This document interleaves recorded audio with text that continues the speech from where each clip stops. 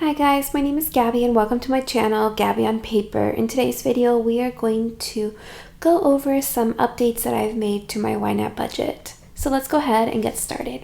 First, I kind of wanted to talk to you about some of the toolkit changes that I have made to my budget. If you saw my last video, you would have seen that I had the green progress bars. I really liked how those have looked on other people's videos, but I was just not liking it for my own. I don't know why. I was so excited to have them. I've been thinking about it for a while. I don't know why I hadn't done it because I did have the toolkit already, but I ultimately decided to add them and then remove them. So that was one change that I made from my last video, and it didn't last very long. The other thing is the age of money. As you can see, it's not up here right now, and that's because I've decided to remove it for now. It was kind of stressing me out just looking at it, looking all sad and low. So I removed it for now. I'm hoping to get one full month ahead on my rent by the end of the quarter. And so hopefully by that time I can bring it back and it won't be as low as it's been. So I've only removed it from my personal laptop, which is this one that you're seeing right now. My work laptop that I do sometimes access my YNAB on to, enter in my transactions during the workday. That one still has it. My app obviously still has it. But this is where I do the majority of my budgeting. So it's gone for now. It might be back sooner rather than later. I don't know. And then the final change is the overspending. I've made it so that all of my overspending is in red. That just makes it a lot more obvious in my mind, because if categories are not fully funded, they turn yellow, and credit card overspending would also turn yellow. But I didn't want to do it that way. I wanted the overspending to really jump out at me and show me that I have overspent, even if it's on a credit card. So those are the only couple of toolkit changes that I've made to my YNAB budget. Next, we're going to talk about the different category groups that I have now. So Focus On Now is still here. It's still the same. I'll come back to this a little bit later to kind of tell you what I was thinking of doing, but ultimately decided against. Saving and investing is the same. Bills, I've decided to add all of my basic necessity bills. So that includes my rent, my cell phone, electricity, and my renter's insurance. The renter's insurance was previously in my yearly category, which has now been removed. Renter's insurance is a necessity for me to live in my apartment, so it's going in the bills category. The subscriptions, like the monthly subscriptions and the yearly subscriptions, have been combined into one. So I have Netflix, Apple One, Hulu, Peloton, and then Pipsticks, which will go away once this is paid for. And then I have the yearly ones down below it. I've decided just grouping it this way will just give me a better idea how much I'm spending on all of my subscriptions, whether they're monthly or yearly. So this will just make my reports at the end of the month, I think, a little more informative. And then I've added this line to separate the monthly ones from the ones that I will contribute to each month and build up. I think I saw Budgets with Grace doing this, I want to say with her. But moving on to the next category group, and that's food. Rather than having a general variable expenses, I've decided to group my food together so I can see how much I'm spending month to month. What I've also done though is created a separate line for work lunches, and 50 of my dining out dollars are going to go towards work lunches, so I can keep track of how much I'm spending on work lunches, like just meals during the workday while I'm out. If I'm at home, I just eat at home. Essentially the same thing as treats. This used to all be one category of $300, but I've broken them up so I just have a little more data of where my money is going.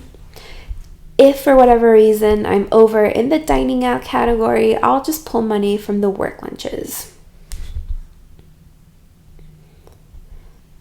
The Gabby Improvement Fund has just grown a little bit. Previously, entertainment was part of my variable expenses. I have now moved it to my Gabby Improvement Fund because this is for fun things that will make me happy and overall just improve my life. So that's where I've added it. Typically my birthday category would go in there, but it's up in the Focus on Now category group because my birthday is coming up in February and I'm just trying to get that funded. I've also created a new category group called A&G, and this is for all things me and my boyfriend. The anniversary sinking fund is in here, but what will also be in here will be dates and stuff, and then my boyfriend's birthday. Okay, so next is the sinking fund, and this includes the rest of the categories, which are the ones in the Focus on Now and the ones that have been here video after video. The miscellaneous category that was in the variable expenses, I've moved down here so you can see there's two of them. This is the sinking fund one that I'm working on building up, and this is for miscellaneous expenses during the month. I still want to keep this. I just don't know where to put it. I'm thinking I'm gonna put it in Gabby Improvement Fund, maybe. I don't know. It doesn't really fit the category groups that I have now, so I may need to add something, or maybe we'll go back to what I did before, but I don't know. I don't know what I want to do because miscellaneous expenses do come up during the month, but I think this miscellaneous sinking funds, but I think this miscellaneous sinking fund is for like a bigger expense that is completely unexpected, not just like I'm shipping my sister something or, whatever. So I still have to figure this one out, so we'll just leave that here for now. The sinking funds that I've added though are for visitors and taxes. I have to file my taxes. I'll probably do so, I would imagine, in February. I just forgot about this. I haven't been saving for the fee to file. I just do my taxes myself online using like TurboTax or H&R Block. I want to say I use H&R Block typically. So it's not very expensive, but I just had forgotten that that's an expense that's coming up, so I'll need to start funding that like now. My taxes are so straightforward. It's just my W-2 job. I'll have a couple of, I think 3 W-2s. That's the first time. I typically only have one for the couple of jobs that I've had throughout the year, and I'll have like paperwork from like my HSA, just things like that. Nothing crazy. Everything is just like standard. So I've added that line.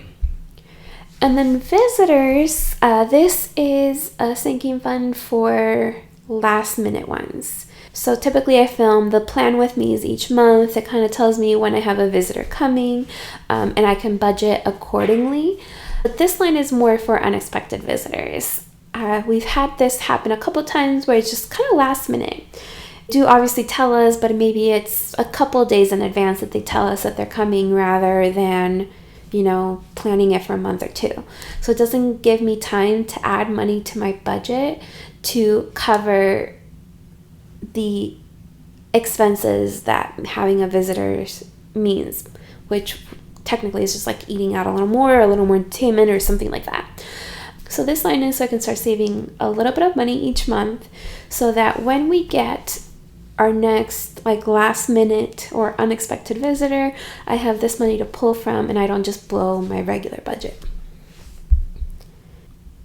Okay, and then the final thing here is just my wish farm and wish list. And I don't know if you remember, but I did have another line here, another category for a purse that I was working on saving money towards, the Mulberry Mini Alexa.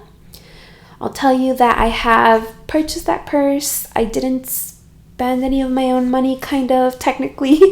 That's how I'm justifying it, I guess. I had a purse that I've been holding on to for a while that I've been kind of thinking I should probably sell because I don't use it very much. It was so impractical. It was just like a small, like round purse. And when I say small, I mean small. Like I couldn't even fit my wallet in there, and I have like a small card holder. I could only put like loose cards and IDs in there, and then like my mask, Definitely not my phone, my AirPods maybe. So it was very, very small, but it was very, very expensive. So I ended up selling it, and with that money, I ended up buying my purse. It was pretty much just like an exchange. It was almost the same amount of money, so I didn't have to put any extra money towards the purse, which is awesome. And this purse that I got is a lot more practical. I'll go ahead and just like insert a picture here so you can see it fits my phone, it fits my AirPods, my keys, my pepper spray, my wallet, my second wallet, because I carry like my regular wallet, and then I carry like another card holder with like things that I don't need to like access as often, like my HSA card, insurance card, or backup credit card, things like that. So it fits everything, but it's still like a small crossbody bag, and I am completely in love with it. I've already used it every single day. So I have moved, since I didn't need to pay anything extra, the money that I had in that category, I moved it up to my moon face pendant in my wish farm, and just I hid that category. So now I'm just working on saving money for this necklace. Once I have it, I don't know if I want it. I keep going back and forth on if I want to get it. I really love the look of it. It's so pretty, but it is very, very expensive, obviously. So I don't know if I'll actually end up buying it. I'm just going to start saving for it.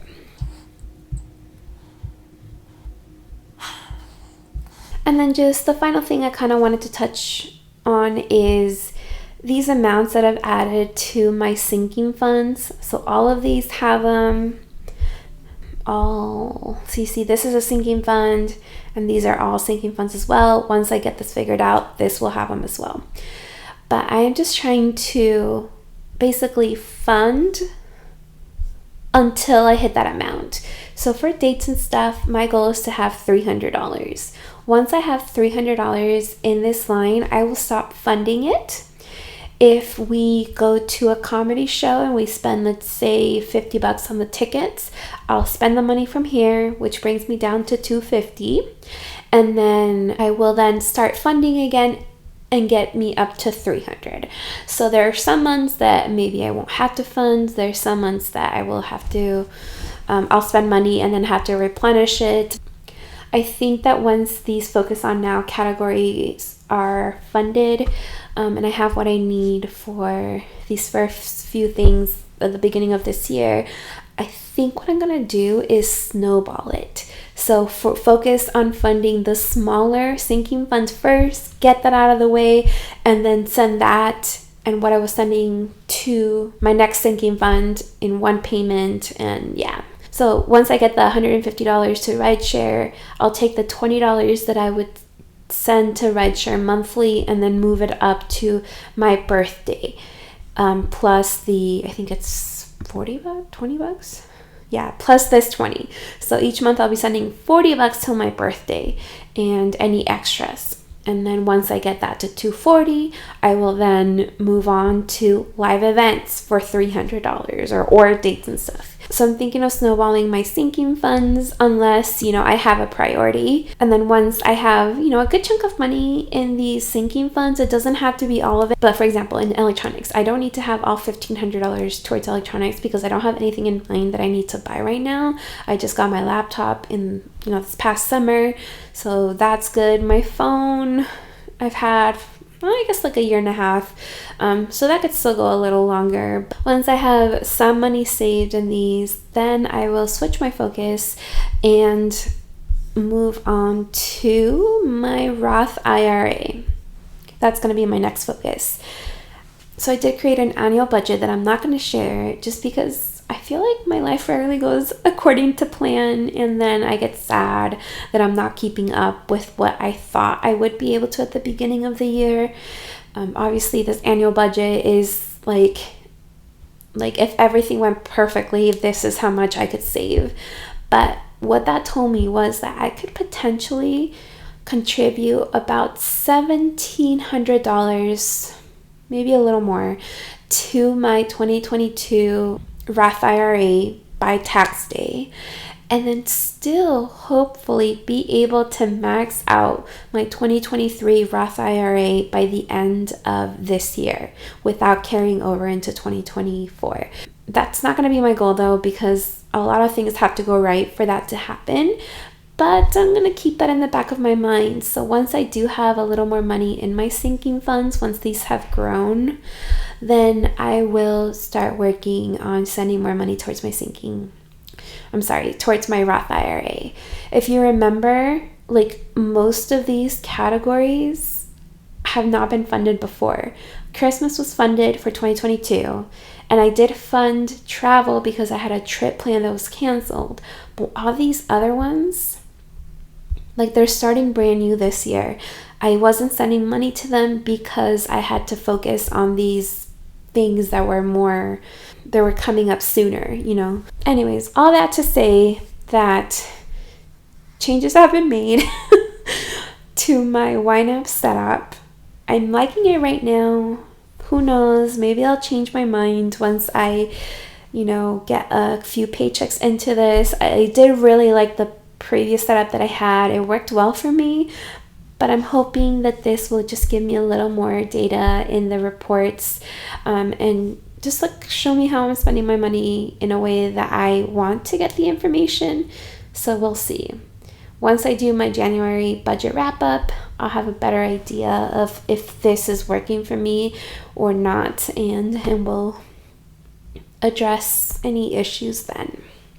Thank you so much for joining me in today's video. If you haven't done so already, make sure you give this video a thumbs up and make sure you subscribe. Bye.